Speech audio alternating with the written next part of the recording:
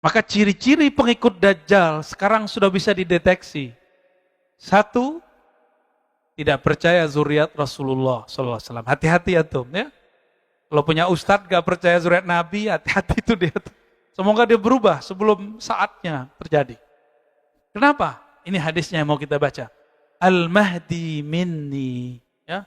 Al-Mahdi itu dari keturunanku. Al-Mahdi minni min itrati. Al-Mahdi itu dari keturunanku, dari itrahku. Min waladi Fatimah. Dari zuriat Fatimah. Ini hadisnya. Kita crop coba. Lihat jelas ya. Ini nomor hadisnya. Ini nomor hadisnya ya. 4284. Ini namanya sanad. Ahmad ibn Ibrahim, ini sanad namanya.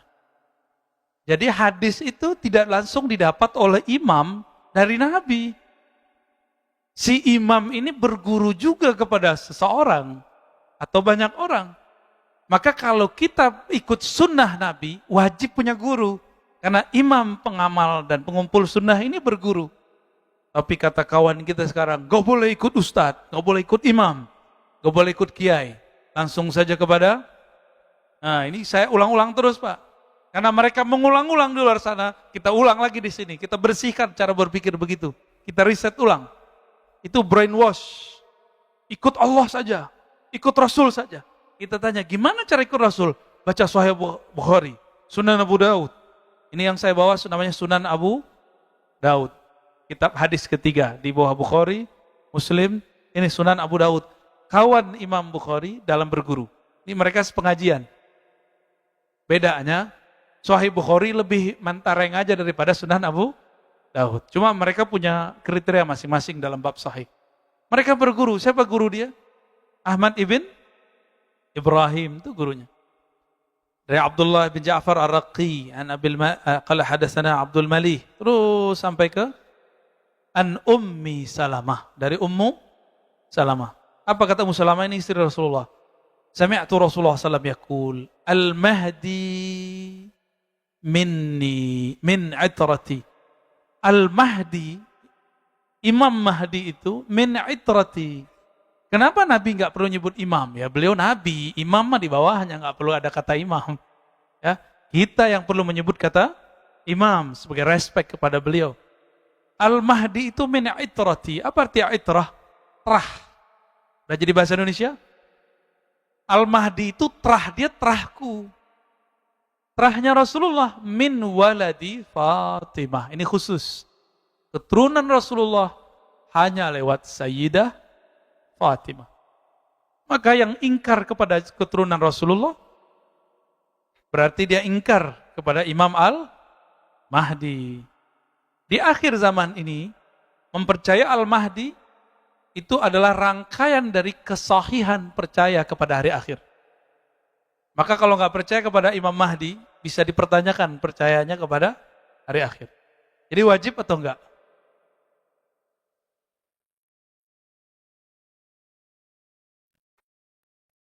Jadi percaya terhadap hari akhir, di dalamnya ada tanda-tanda kiamat. Salah satunya khurujul Mahdi, munculnya Al-Imam Al-Mahdi. Ini hadisnya. Berarti mulai hari ini, hormat nggak sama zuriat Nabi? Hormat. Tapi manusia biasa, mereka manusia biasa. Karena di darahnya ada darah Rasulullah Sallallahu Alaihi Wasallam. Habaib itu sebenarnya gelar tinggi. Setiap yang lahir itu gelarnya Sayyid. Cuma sama kita udah muka Arab aja, punya fam lagi, langsung panggil Habib. Enggak. Yang berhak dipanggil Habib sebenarnya adalah zuriat yang alim dan dia punya murid. Dicintai oleh murid-muridnya, dicintai oleh orang sekitarnya. Disebut dengan Al-Habib. Ya, itu sejarah Al-Habib. Kalau enggak cukup namanya Sayyid. Ya, Sayyid Aqil Munawwar sampai sekarang tidak menyebut dirinya Al-Habib. Padahal beliau Al-Habib, guru kita. Beliau menyebut dari ayahnya disebut As-Sayyid. Ya. Di Indonesia turunan Rasulullah sudah sangat banyak. Ada Asy-Syarif Hidayatullah, itu keturunan Rasulullah, tapi jalur Hasan. Ada Syekh Maulana Ibrahim As-Samarkandi, itu di Tuban. Anaknya Sunan Ampel, lalu anaknya lagi namanya Sunan Bonang, Sunan Derajat dan lain-lain, itu masih keturunan zuriat Rasulullah SAW. Yang murni orang Jawa, Nusantara sepertinya Sunan Kalijogo, Sunan Kalijaga itu. Wallahu alam. Itu penemuan kita sementara. Barangkali ada penemuan lain, wallahu alam. Ya. Jadi Al-Mahdi dari zuriat Rasulullah. Maka menghormati mereka, kita khawatir jangan-jangan dari zuriat ini ada keturunan Rasulullah yang menjadi Al-Imam Al-Mahdi. Dan Rasulullah mengatakan dalam hadis Imam At-Tabarani, Al-Kalabazi dan lain-lainnya, ahibbu ahla baiti hubban li. Cintailah zuriatku karena engkau cinta kepadaku. Jadi bukan karena dirinya, tapi karena di dalam dirinya ada warisan Rasulullah SAW. Dan Bapak Saudara makan Allah, kiamat tidak akan terjadi kalau masih ada dua pewaris. Satu pewaris ilmu Rasulullah, yang kedua pewaris nasab Rasulullah Sallallahu Alaihi Wasallam. Ya, itu para sayyid, ya, para sadah, itu mereka beban mereka lebih berat dari kita. Karena mereka kalau dosanya itu digedein. Satu tapi gede hitungnya. Kenapa mereka membawa darah Rasulullah Sallallahu Alaihi Wasallam? Ya, bukan berarti para sayyid Habib ini tidak ada dosa. Mereka ada dosa. Sama kayak kita persis. Yang nggak belajar ya nggak jadi ulama. Yang dagang ya jadi pedagang. Yang sekolah, yang berpolitik jadi politisi. Sama kayak manusia biasa, perbedaannya dia dipilih Allah menjadi zuriat Rasulullah SAW. Kita bukan. Gitu ya. Karena kita bukan zuriatnya dari sisi nasab, maka carilah nurnya dari sisi ilmu. Ini hadisnya. Hadis ini sahih ya. Oke. Ini satu riwayat.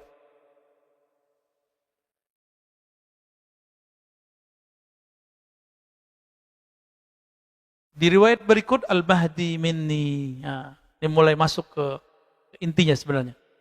Imam Mahdi itu keturunanku. Al-Mahdi artinya yang diberi guidance, hidayah. Hidayah itu turunnya kemana? Ke kalbu.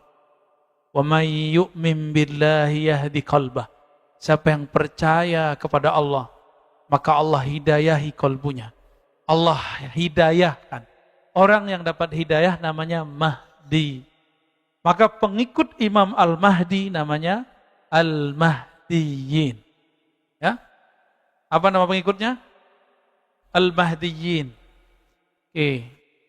Kelihatan Al-Mahdi. Kelompok pengikut dia disebut dengan Al-Mahdiyin. Ya.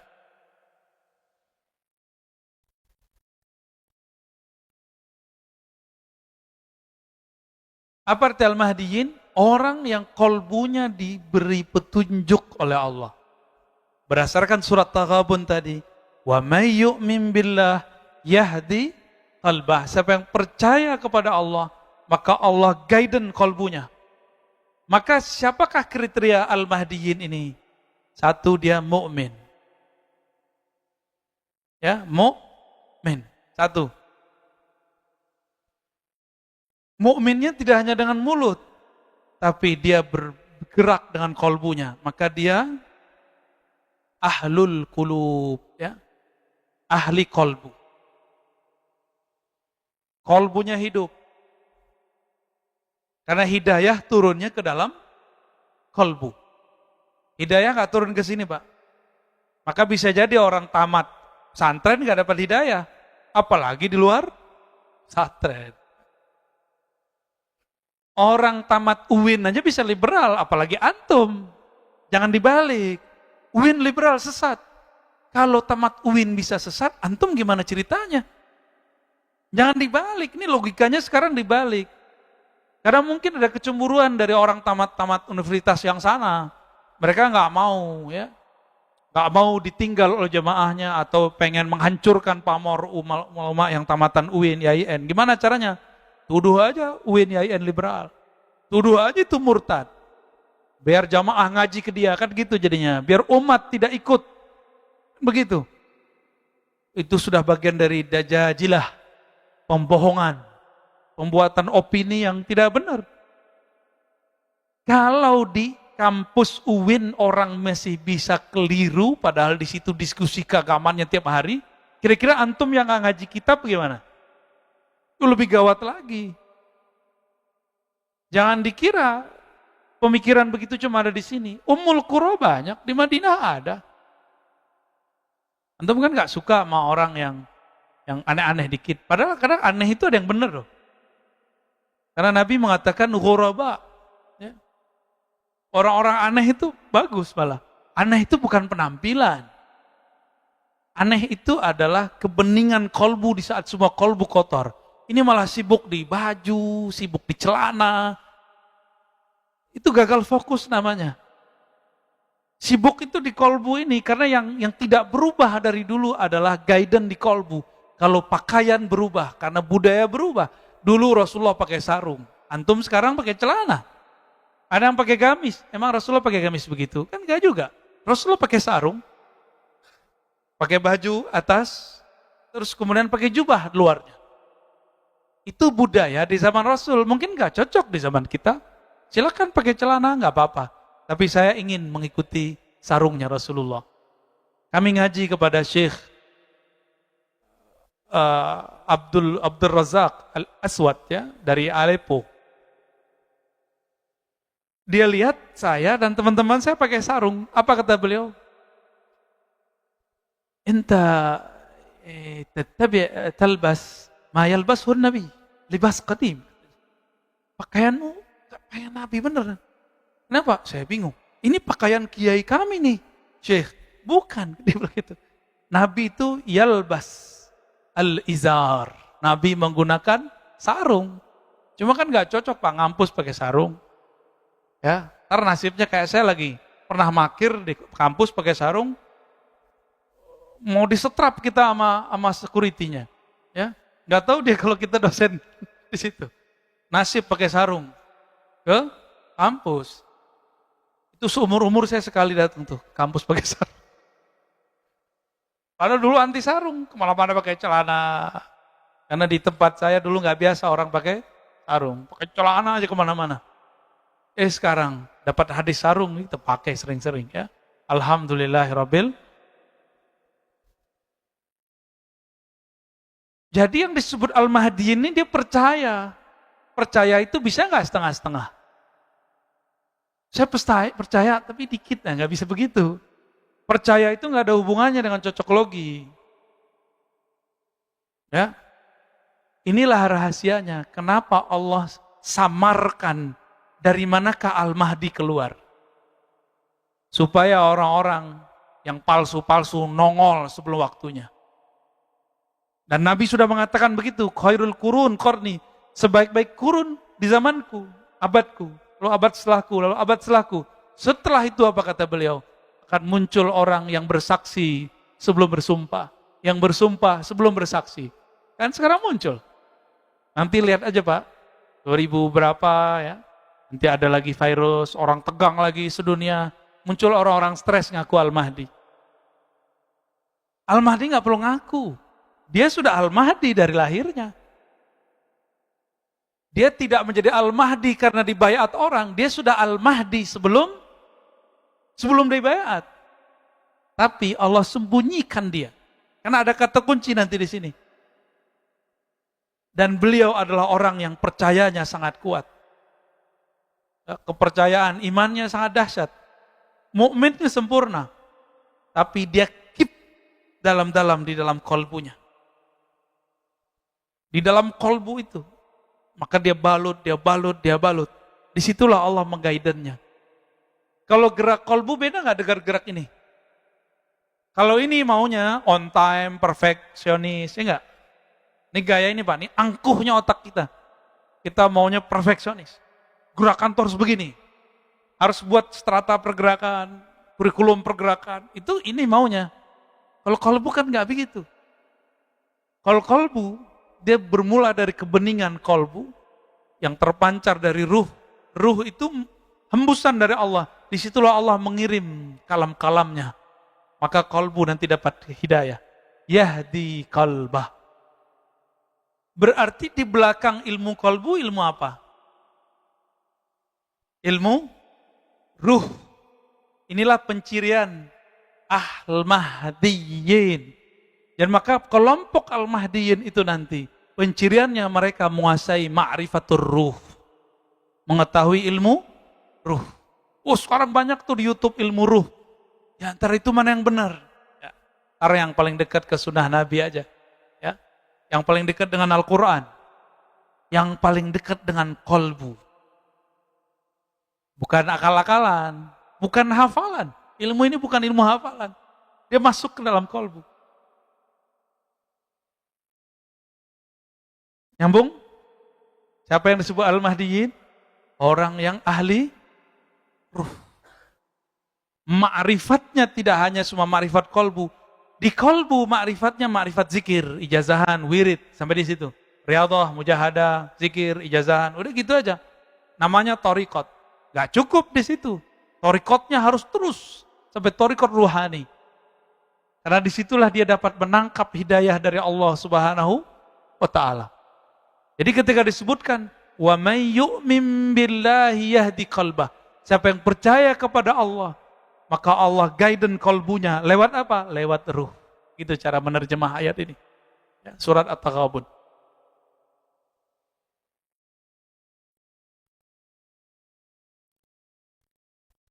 Maka pergerakannya nanti bukan yang nongol-nongol sekarang di YouTube itu ngaku-ngaku mimpi ketemu Allah, belum tentu itu ya.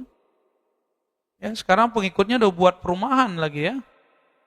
Perumahan akhir zaman namanya. Insya Allah. Kalau ada perumahan akhir zaman bikin selamat, saya mau beli ah. Berdasarkan satu hadis. Hadisnya menyebutkan bahwa jika terjadi fitnah akhir zaman, beruzlahlah ke tempat sepi, hutan. Tempat yang tidak ada orang di sana. Lah dia buat perumahan. Perumahan rame nggak Pak? Ya, itu karena tidak bergerak dengan kolbu, tapi dengan ro'yu. Nah, jadi musuhnya Al-Mahdi siapakah nanti? Ahli ro'yu. Ro'yu itu menjadikan akal intelektual segala-galanya. Akal doang ya. Nanti jadi akal-akalan. Ya. Ya, seperti yang terjadi sekarang. Ternyata dia bukan pembawa kemurnian tasawuf. Ternyata banyak akal-akalannya, maka dia berani kemudian mengkritisi sosok yang sudah sangat mapan di kalangan ahli hadis, ahlus sunnah wal jamaah. Ini sensitif sekali. Benarlah kata Imam Abdul Qahir al-Baghdadi tadi, gak mungkin akidah yang bening bercampur dengan kepercayaan yang kotor, nggak mungkin. Ini musuhnya di sini nanti nih, kelompok yang ro'yu. Akal-akalan sebenarnya, bukan akal ya, akalan. Kita sebut sekarang cocoklogi. Nah, ini hati. Cocoklogi bukanlah hidayah kolbu. Maka kalau orang cocoklogi ini ngomong, batin saya, hati saya, firasat saya, antum hati-hati aja. Ya. Mereka sudah keliru kemarin, nah tapi tidak minta maaf mengenai dukhon. Ada yang minta maaf? Minta maaf ke umat? Minta ampun kepada Allah? Tidak. Itulah ego intelektual, ahlu ro'yu. Orang ahlu ro'yu itu gak mau minta maaf, gengsi. Takut dia, kemudian kalau minta maaf menurunkan pamornya. Padahal orang yang ilmiah itu mau mengaku salah. Ahli kolbu mau memaafkan di saat orang menyerangnya. Di saat orang membencinya, dia nggak masalah bagi dia. Jadi pembedanya apa? Di sini ahli ruh. Ahli ruh. Nanti jadi perangnya ini nanti nih. Orang yang ro'yu. Ro'yu ini terbagi dua. Ada yang pakai teks. Ada yang pakai konteks. Pakai teks. Dalil ini, maka pertanyaannya mana dalil mulu? Ra'yu juga itu. Walaupun dia mengira dengan menyebutkan dalil, itu sudah nyambung. Belum tentu nyambung. Ketersambungan pemahamannya harus dibuktikan. Nyambung gak dengan ulama? Kalau enggak masuk. Ya. Kemudian coba perhatikan di hadisnya ya. Nah, hadis ini sudah mencakup apa yang mau kita bahas pada malam ini mengenai Al-Mahdi. Ini ciri-ciri fisik. Nah, di sini banyak orang stres ngaku nih. Ajlal jabhah, jidatnya agak lebar. Hati-hati antum yang lebar tuh ya. Ntar lagi stres ngaku Al-Mahdi lagi. Beruntung lah jidatnya nggak lebar. Aman. Aknal anf ini mancung lah ya. Tapi nggak mancung-mancung amat gitu. Yamla'ul arda qista. Nih dia. Jadi setelah nanti Dajjal kalah, kan sekarang pembahasannya itu ya, setelah Dajjal kalah. Yamla'ul arda qista. Dia akan memenuhi bumi dengan qista. Apa arti qista? Keseimbangan. Wa'adla, keadilan. Semua orang pengen keadilan kan? Sekarang banyak yang menurut kita nggak adil. Kenapa? Karena kita dapat persepsi dari YouTube, dari berita. Persepsi itu yang membuat kita tidak mengatakan tidak adil, tapi ada kelompok lain mengatakan adil. Karena dia baca persepsi yang lain. Jadi jangan-jangan persepsi kita yang mengatakan adil tidak adil. Kalau nanti tidak ada persepsi, semuanya objektif. Kama muliat jauran wa zulma. Sebagaimana sebelumnya bumi dipenuhi oleh kezaliman. Yamliku sab'a sinin. Menguasai selama 7 tahun. Di hadis yang lain 8, di hadis yang lain 9. Maka saya mengambil yang 9 tahun. 9 tahun. Masih ingat Dajjal berapa hari di bumi? 1 hari sama dengan 365 hari setahun. Gak usah khawatir, nanti Allah ganti. Sehari bersama Al-Mahdi. Nanti sama rasanya dengan setahun. Hitung aja tuh, 9 kali 365 kali 365. Rasanya ribuan tahun, rasanya. Tetap hitungannya 9 tahun. Itu kenapa? Karena farhan, karena sangat bahagia. Kenapa bersama Ad-Dajjal terasa lama? Karena merasa mencekam, tersiksa. Jadi 2 nih waktu. Ada waktu yang membuat kita terasa lama, itu karena tersiksa. Ada yang karena saking bahagianya. Nanti di zaman itu, di pendek cerita, kita simpulkan banyak hadis. Di zaman itu, gak ada lagi orang yang berhak menerima zakat. Maka mumpung yang punya rumah kosong, punya rumah nganggur, kasihlah ke orang-orang yang gak punya rumah tuh. Yang punya harta numpuk, bagi-bagilah. Ini waktunya sudah dekat, Pak. Kalau virus ini berubah modelnya gimana? Nanti tidak ada turun hujan, paceklik, tanaman gak ada tumbuh. Duit bisa dimakan gak? Duit di bank bisa dicairkan gak? Mumpung masih bisa berbagi, berbagilah sekarang. Sebelum berbagi nanti tidak ada artinya. Karena nanti kalau orang udah masuk zaman Al-Imam Al-Mahdi, semua keberkahan Allah turunkan. Gunung-gunung emas itu nanti dibuka semua. Jadi gak ada orang, kita mau ngasih duit tuh, orangnya punya duit. Yang dulu kita ingat dia miskin, dia gak miskin lagi. Mumpung Bapak ini punya kelebihan, sekarang berbagi. Ada pergerakan dakwah, berbagi. Ada orang ngurusin fakir miskin, berbagi. Ada yang punya pesantren, gak mesti ahlul Quran. Kita ini kan cuma mengatakan yang dibantu itu orang hafiz Quran. Hafiz Quran itu siapa saja yang khidmah kepada Quran. Baik dia khidmah fikih, khidmah aqidah, khidmah tasawuf, itu semua ahlul Quran. Bukan hanya ngafalin bacaan, semuanya ahlul Quran. Kan semua ilmu itu dari Al-Quran. Ya, apalagi kalau dia hafal Quran plus ilmu-ilmunya. Ntar lagi Pak. Di sini berapa tahun di hadisnya? 9 tahun. Nah, ini kita tunjukkan. Semoga nih ketemu di setelah ini hadis yang menunjukkan 9 tahun. Ya. Nah, di sini ada.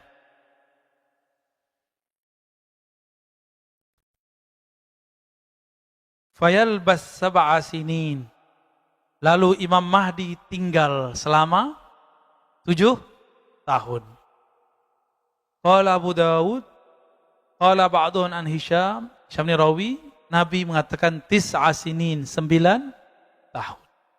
Jadi itu perbedaan riwayat. Nah, saya milih yang mana? 9, Pak. Yuk kita pilih yang enak, Pak. Yang lama. Bukan sembarangan pilih, karena yang ngomong Hisham. Hisham itu adalah Amirul Mukminin fil hadis. Ya, Amir dalam ilmu hadis. Meskipun hadis ini dhaifkan oleh sebagian ahli riwayat, tapi hadis ini diperkuat oleh setelahnya dan sebelumnya. Maka hadisnya walaupun ini ada yang nulisnya dhaif, tapi dia sudah menjadi hasan, ya. Hadis ini sudah naik menjadi hasan. Kenapa? Karena ada hadis penguat sebelum dan setelahnya. Ada teknik-teknik untuk meneliti hadis. Nanti saya cerita ba'da insya Allah. Ya. Nanti ada yang disebut sahih. Kapan hadis disebut sahih? Jangan asal ngomong-ngomong doang, sahih. Disahihkan Albani. Memang kalau disahihkan Ar-Razi nggak bisa terima. Ya. Belagu aman ente gitu ya. Di sini coba lihat. Nanti yang terjadi yaksimul mal, harta dibagi-bagikan. Ya'mal finnas, beramal di tengah manusia dengan sunnah Nabi. Berarti sebelum itu terjadi, sunnah tidak akan pernah tegak secara utuh. Maka jangan paksa sekarang kita harus syariat gitu. Tenang aja, sabar-sabar dulu lah. Rasulullah 13 tahun kok sabar di Mekah. Kemudian setelah sampai di Madinah, beliau tahan lagi. Sampai Fatu Mekah tahun ke-8 Hijriah. 13 tambah 8 berapa tahun? 13 sama 8? 21. Ini kita bakal nunggu gak nyampe sampai 21 tahun? Tenang aja. Di awal pandemi tahun berapa? Kita kena dampaknya 2020. Ya gak nyampe lah. Paling-paling umur Nabi di Mekah. Umur Nabi di Mekah berapa? 13 tahun, paling segitu kita nunggunya. Kalau mau kita memunasabahkan dengan hadis Nabi Sallallahu Alaihi Wasallam. Mau sabar nggak? Ya. Kenapa saya nyebutnya sekitar 13? Karena semua yang terjadi pada Rasulullah itu akan berulang sekarang. Itu disebut ismu, namanya, keturunan tanda-tandanya, kejadian-kejadian padanya itu sama seperti aku. Mirip persis, nggak jauh-jauh beda. Ya, ini kata kunci, Bapak Saudara makan Allah. Maka kita sekarang tidak akan memaksa orang untuk mengamalkan syariat. Ya, nggak akan kita paksa. Siapa yang mau, ayo. Nggak mau, nggak ada paksa. Jangankan itu, ya. Orang untuk sudah beragama Islam aja, sudah ikut mazhab Al-Sunnah, kita nggak paksa dia bermazhab. Nggak mau bermazhab ya sudah, nggak apa-apa juga. Nanti, ya. Ada satu hal yang mau saya sampaikan sebelum kita sholat ya. Ini azan, ada yang jawab ya? Ya, oke. Saya difitnah oleh beberapa orang mengatakan dongeng tentang akhir zaman. Bahwa di akhir zaman itu, saya pernah menyampaikan akan terjadi suatu masa berperang itu bukan lagi dengan senjata biasa. Tapi persis seperti Ahlul Badr. Ahlul Badr itu mereka berperang tidak hanya dikuatkan oleh senjata, tapi dikuatkan oleh para malaikat.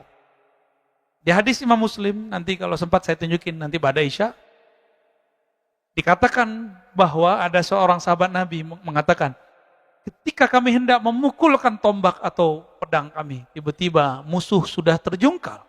Kami mendengar bunyi pukulan yang sangat deras. Dari manakah itu? Sahabat nanya, wahai Rasulullah, itu siapa? Maka Rasulullah mengabarkan itu malaikat muqarrabin. Mereka turun sekitar 70 orang, tapi membersamai kalian. Dongeng gak tuh? Itu hadis Muslim loh Pak. Hadis Bukhari. Yang saya baca tadi itu hadis Bukhari. Dongeng gak tuh? Yang mengatakan itu dongeng Jangan-jangan dia telah terjebak kepada ingkarus sunnah. Ingkar kepada sunnah Nabi, padahal ngakunya manhajnya sunnah. Ya. Sekarang latihan panahan, tapi nggak percaya bab itu. Emang antum bisa ngalahin Dajjal pakai panah? Aneh mau tanya, bisa ngalahin Dajjal nggak dengan panah? Kalau bisa, antum aja jadi Imam Mahdinya. Ya. Nggak bisa, Dajjal itu sangat sakti sekali. Sangat hebat sekali. Dia bisa nahan hujan. Nah, itulah puncaknya. Dia bisa menghidupkan orang mati. Sebenarnya itu bukan orang yang dihidupkan, tapi syaitan yang menyerupakan manusia. Ya, siapa yang mati di situ dia serupakan, dia bangkit lagi. Karena itu pasukan dia semua. Dajjal itu dikuatkan dengan tentara-tentara jin dan syaitan. Maka orang-orang Al-Mahdiyin tadi dikuatkan oleh Allah SWT dengan malaikat dan jin-jin muslim. Nanti, ya, sabar ya, sabar. Ini kan nggak sabar masalahnya, main cocok logi aja. Ya. Baik. Nah di sini disebutkan bahwa Al-Mahdi yubayyi'unahu bainar rukni wal maqam. Ya. Nanti terjadi ikhtilaf inda mauti khalifah, ketika mati seorang khalifah, maksudnya pemimpin. Fayakhruj rajulun min ahli Madinah, lalu ada seseorang dari ahli Madinah keluar, datang ke Mekah, dipaksa untuk dibaiat. Nah, karena hadis ini keluar, nanti akan muncul orang-orang, dia datang dari Madinah, itu banyak Pak nanti, 2025, 26, 27, 28, nanti kita saksiin aja ya, orang-orang stres, nanti dia datang ke Madinah, ngindap beberapa hari, terus pindah ke Mekah, minta dibaiat. Soalnya kan dia dipaksa. Ntar lihat ya, Al-Majnunun, orang-orang stres yang ngaku jadi Imam Mahdi nanti. Kita ketawa aja kalau nanti terjadi. Ya, tafadhol.